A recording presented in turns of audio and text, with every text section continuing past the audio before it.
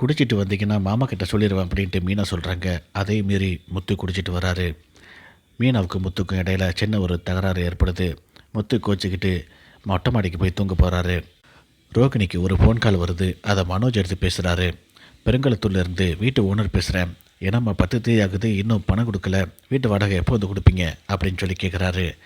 இதை கேட்டு மனோஜ் அதிர்ச்சி ஆகிறாரு.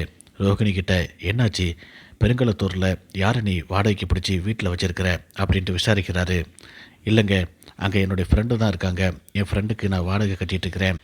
கல்யாணத்துக்கு முன்னாடி அவள் எனக்கு நிறைய உதவி செஞ்சுருக்கிறான். அதுக்கு பதிலாக தான் நான் இதை செஞ்சிட்ருக்கிறேன் அப்படின்ட்டு சமாளிக்கிறாங்க. எதுவாக இருந்தாலும் என்கிட்ட ஒரு வார்த்தை சொல்ல மாட்டியா?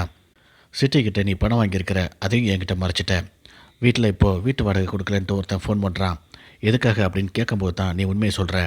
இன்னும் எத்தனை விஷயத்தை நீ என்கிட்ட சொல்லாமல் மறைச்சிருக்கிற அப்படின்ட்டு ரோகிணி கிட்ட சண்டை போட்டுட்டு கோச்சிக்கிட்டு மனோஜும் மொட்டை மாடிக்கு போகிறாரு.